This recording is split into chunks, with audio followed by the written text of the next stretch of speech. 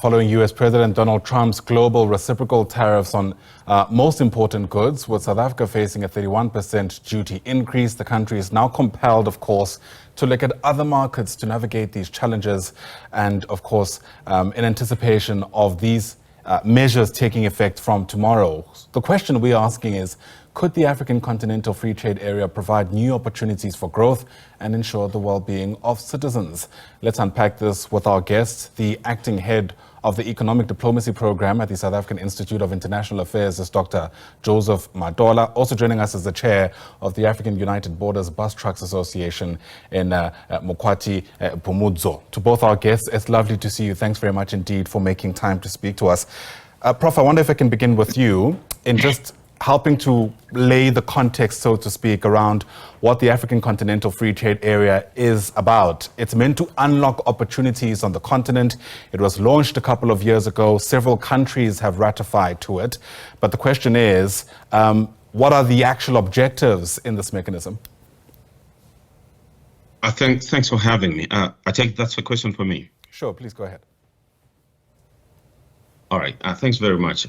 So the AfCFTA is meant to promote intra-African trade, trade between African countries. Africa is a population of about 1.3 billion, so that's 1.3 billion potential consumers, and with a large GDP combined.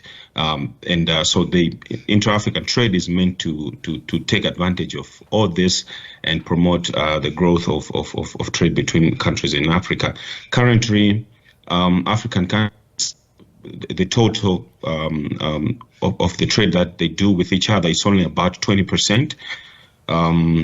If you compare to other regions such as Asia, 60% of all the trade that they do is intra-regional trade. So the intra-African trade has great potential to promote trade and economic growth and the welfare of the people on the continent. So it would be a good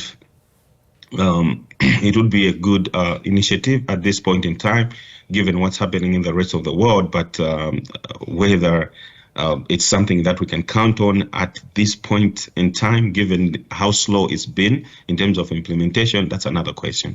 Yeah, and in fact, part of what's linked to those concerns about how far it can go in alleviating the blow is related to logistical and infrastructure challenges on the continent, making trade a bit difficult.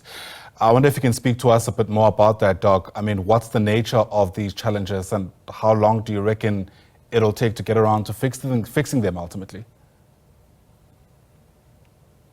So some of the challenges is purely infrastructure. So for trade to happen, you need good infrastructure, and part of the AfCFTA project has been to encourage countries to invest in infrastructure. We have these regional corridors that are supposed to ease transportation and to lower transportation costs. So those are some of the challenges that are being faced. But beyond the infrastructure, some of the challenges are to do with countries putting in place the appropriate legal framework to be able to implement this trade agreement, and some countries have been slow in doing that. A lot of countries have ratified the agreement already, but implementation starts at the national levels, and that's where you have the problems. And it's not just the AfCFTA. If you look at the other regional agreements, the regional economic communities, there's also typically challenges in terms of how fast countries do implement these initiatives. So it's a problem that Africa has, and that needs to improve. Yeah. Mukhwathi, let's bring you into the discussion. We know that a lot of the trade on the continent happens through road infrastructure, through buses, where either minerals or goods are being moved across borders. I mean, I wonder if you can help us place what kind of opportunities something like the African Continental Free Trade Area would unlock for your sector if, in fact, the plans on paper were to see the light of day and were implemented.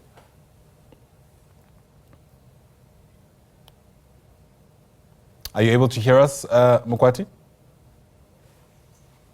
Oh, thank you very much, Ayanda and the guests, and also the listeners, the viewers at home there. So, what as we are saying is that I can hear the guest there, but there is a lot that needs to be done, because so far we are having a waste in terms of the economy. It is a double impact by the US-America decision as we speak, because you will know that our problem as a truckers here in the SADC, there is an issue in the Zimbabwean side that we can't say so far we've got a free trade market, because truckers and buses, because we use the Bed Bridge, but there is a lot of delay there in the Bed Bridge, where truckers are being charged a lot of money, delay the congestion by the government of Zimbabwe. And you will know that truckers are not going only to Zimbabwe, they are also going to other countries like Zambia and many countries in the SADC. And we were very surprised by the decision by SADC chair and the Zimbabwean president by suspending the import tariffs from the US-America. But they forget the South Africa, because most of the goods are coming from the South Africa. Because what they've done to America, they were supposed to do to South Africa. As you know, that citizens of Zimbabwe, they are getting everything here in South Africa. Goods, including the health, the facilities.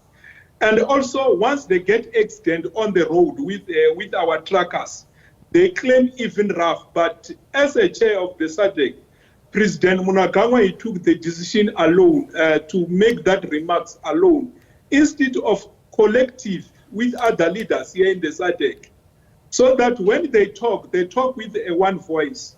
Because it's like the government of Zimbabwe is betraying us. Because as you speak on the ground force, people are fighting in the truck industry. Some are saying Zimbabweans, Mozambiquans are taking our jobs, which lead also to the closure of N3 some years ago, even for the last year. And such kind of things affect us, because now some countries like Tanzania, now they took that opportunity, because most of the business now they are using the Tanzania port as the alternative, but they leave the South African port. Mostly this problem is caused by our leaders here in the SADC region, right, that they don't help us. And what I'm saying is that with the sanction and the tariff by America, they must not punish the poor of the poorest. They must just punish the decision maker, which are the president of our countries. They can also freeze their account. They can also maybe bear them from getting the medical treatment, because when they put that sanction, we don't have money to get health facilities in other countries. We are just poor. Also to prove that South Africa, we are under siege or we are suffering worse. If the truck maybe gets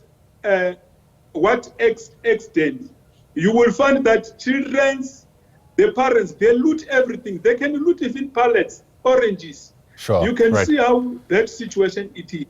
Loud and clear, I've got you there, Mukhwathi. And you know, there's so much more to speak about, including the harmonization of laws, Dr. Matola, as well as ways through which political instability impede on trade, at least as envisioned in this particular agreement. Very briefly, what are the low-hanging fruits in about 30 seconds or so, Dr. Matola, to try and solve that? And I know it's not a 30-second question, but I'm sure you can find a succinct way of helping us to pinpoint what the solutions look like. So as far as I do agree with some of the points that have been raised by the other guests, in terms of, for example, the reaction by other countries. Looks like countries are panicking and everyone is doing this. Zimbabwe, like he's mentioned, has removed all tariffs with the United States. Kenya is moving in another direction. So I think there's need for a concerted effort, for a collective effort by by Africa, but I don't know if that can happen, because again, African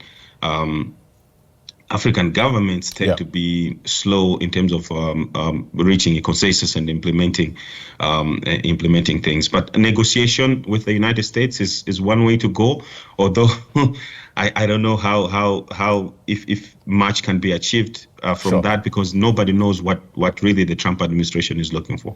Fair enough. Joseph Matola and Mukhwathi Phumudzo, thanks very much indeed for speaking to us. There's so much more to be said, and I have no doubt we'll have an opportunity to unpack all of that in the weeks, months, perhaps years ahead.